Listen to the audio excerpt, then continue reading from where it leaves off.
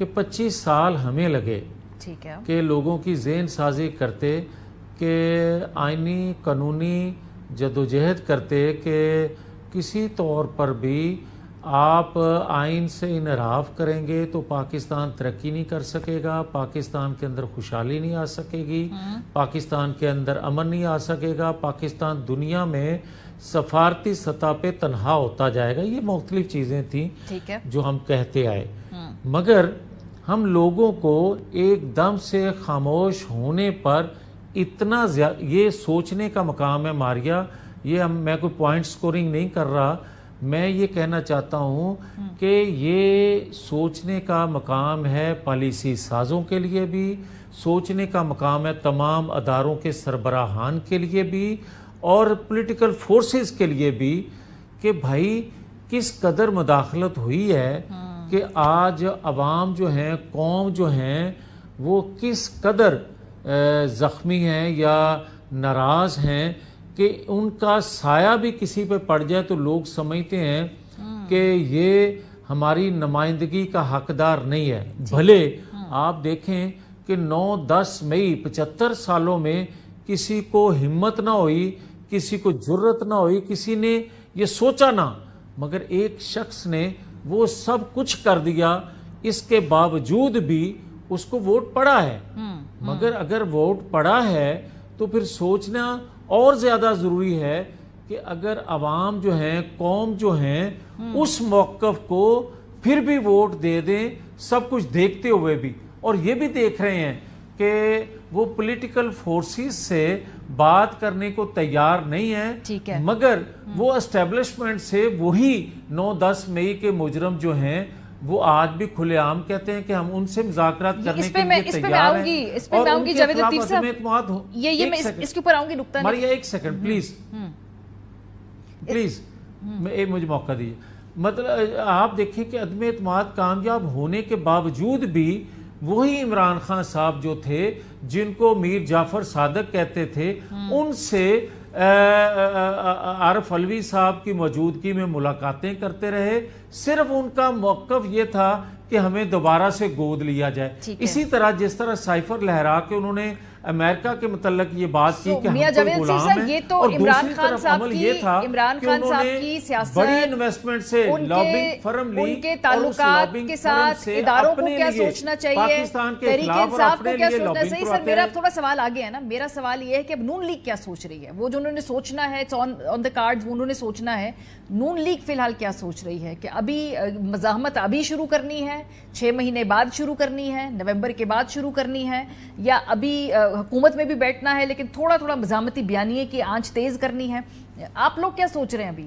نہیں ماریا، ایک تو چیز یہ ہے کہ ہم کبھی بھی تصور نہیں کر سکتے، چاہے ہماری جان چلی جائے، کہ ہم 9-10 مئی خدا نخواستہ تصور بھی کریں.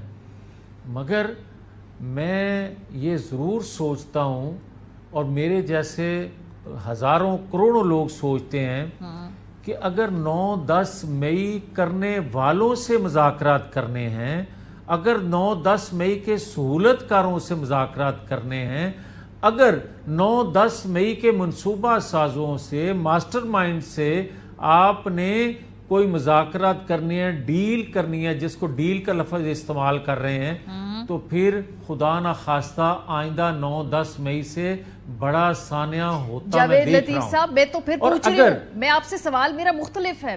یہ آپ نے جو باتیں کی ہیں یہ تو تحریک انصاف نے کرنی ہے یا پالیسی سازوں نے کرنی ہے. میں دوبارہ اپنے سوال پہ آتی ہوں.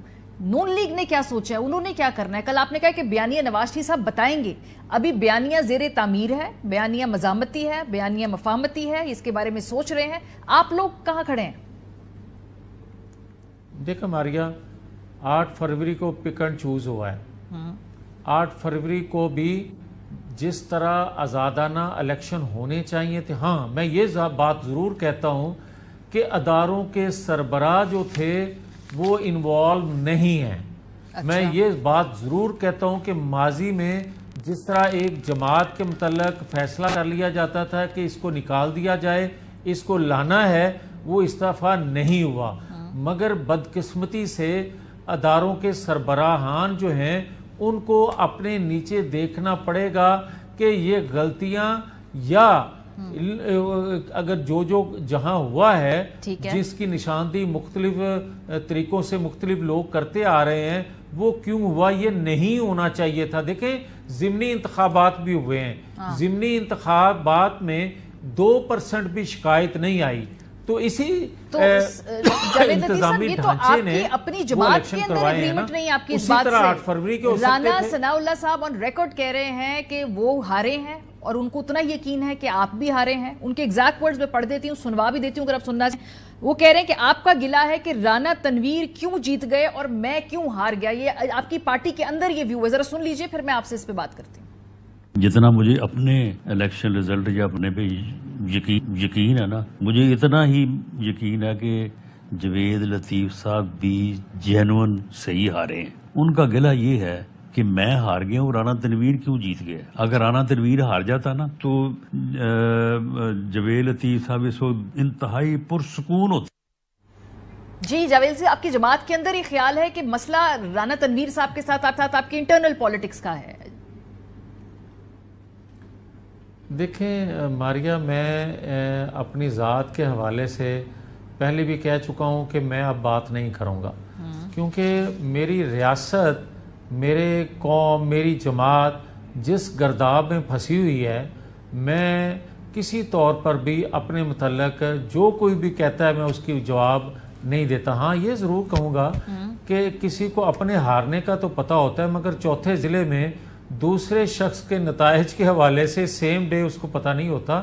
یہ پتہ نہیں کسی کو غیبی علم ہے تو میں کچھ کہہ نہیں سکتا. مگر میں یہ ضرور کہوں گا کہ دیکھیں ماریہ، ضمنی انتخابات 22 سیٹوں پہ ہوئے ہیں ایک دن. ٹھیک ہے، وہ الیکشن فیئر فری ہو سکتا ہے، اس پہ مخالفین کے بھی جو نشتر ہیں وہ نہیں چلتے، کوئی اعتراض نہیں کرتا. تو 8 فروری کو بھی ایسا الیکشن ہونا چاہیے تھا جس پہ لوگ اعتراض نہ کرتے، جس پہ لوگ یہ اپنے تحفظات یا جو باتیں میں نے کہی ہیں وہ نہ کوئی کرتا. تو ضمنی انتخاب کے اوپر کیا آپ کا خیال ہے جاوید لطیف صاحب اعتراض نہیں ہے؟ گجرات کی نشست آپ سمجھتے ہیں بالکل ٹھیک انتخاب ہوا ہے، لاہور کے اندر انٹرنیٹ بند کرنا پڑا خالی 6 نشستوں کے اوپر. یہ ماحول ٹھیک تھا؟ ماحول آپ لوگوں نے ایسا سازگار دیا تھا الیکشن کے حوالے سے؟ ماریہ مجھے یہ بتائیں کہ خیبر پختونخوا میں 2 الیکشن ہوئے ہیں ضمنی اسی دن، وہ فیئر فری ہوئے ہیں، وہاں انٹرنیٹ بند نہیں تھا. اور کیا اگر آپ وہاں کہہ دیں گی کہ وہ جو الیکشن ہے ڈیرہ اسماعیل خان کا وہ فیئر فری ہوا ہے، تو میں گجرات کا بھی کہہ دیتا ہوں کہ فیئر فری ہوا ہے. نہیں تو آپ کی چھوڑے میری بات، چلے میں تو کیا کہوں، میرے نزدیک تو پورے الیکشن کے پروسیس پہ سوال ہے سر. دونوں باتیں کریں نا. نہیں آپ کے نزدیک کیا ہے سر؟ آپ کے نزدیک ادھر کیس یہ تھوڑا پورا فری اینڈ فیئر ہوا ہے ضمنی انتخاب کے اندر، کسی سیٹ کے اوپر کوئی اعتراض نہیں؟ دیکھیں ماریہ، بات یہ ہے کہ جب آپ لوگ سوال کرتے ہیں تو پھر سوال تو کم از کم مکمل ہونا چاہیے. میں قطعاً آپ کو یہ نہیں کہتا کہ آپ کی یہ خواہش ہے، آپ کا سوال کرنا حق ہے، مگر مجھے یہ حق دیں کہ میں اس کا جواب مکمل دوں. میں یہ کہہ رہا ہوں کہ 8 فروری کو 2 بیان آئے یا 2 سوچ کے لوگوں نے بات کی کہ دیکھیں جناب پنجاب میں کیونکہ حکومت تھی ان کی، انہوں نے جیتنا ہی تھا. اور دوسری بات لوگوں نے کہی کیونکہ ان کی چھوڑی ہوئی سیٹیں تھیں، انہوں نے جیتنا ہی تھا. تو اسی طرح میں بات کروں گا کہ کیا خیبر پختونخوا میں ان کی چھوڑی ہوئی 2 سیٹیں جو تھیں اور انہی کے دور حکومت میں ضمنی الیکشن تھا، پھر انہوں نے بھی جیتنا ہی تھا. اسی طرح گجرات میں بھی آپ کو پھر نظر آئے گا. ٹھیک ہے، وہ باجوڑ میں ہارے بھی ہیں، لیکن بہرحال یہ ایک جو مذاکرات کی بات ہو رہی ہے، عرفان صدیقی صاحب نے کل سینٹ میں یہ بات کی. انہوں نے کہا کہ جی بات کرنی ہے، اگر مولانا فضل الرحمان صاحب سے بات کر سکتے ہیں، عمران خان صاحب اگر اچکزئی صاحب سے بات کر سکتے ہیں تو پی ایم ایل این کے ساتھ بھی بات کرنی چاہیے. یہ ان کا اپنا خیال ہے یا یہ نواز شریف صاحب کے ایما پہ وہ یہ بات کر رہے ہیں؟ کیونکہ پی ٹی آئی اس کا جواب یہ دیتی ہے کہ ہمیں پہلے پتا چلے کہ یہ کیا پی ایم ایل این کی بیس کی وساطت سے یہ کیا فارمل ایک آفر ہے یا یہ ان کی خواہش ہے؟ دیکھیں ماریہ، جہاں تک کسی کو مذاکرات کی دعوت دینا ہے کسی سیاسی جماعت کو، وہ حکومت میں ہو یا اپوزیشن میں،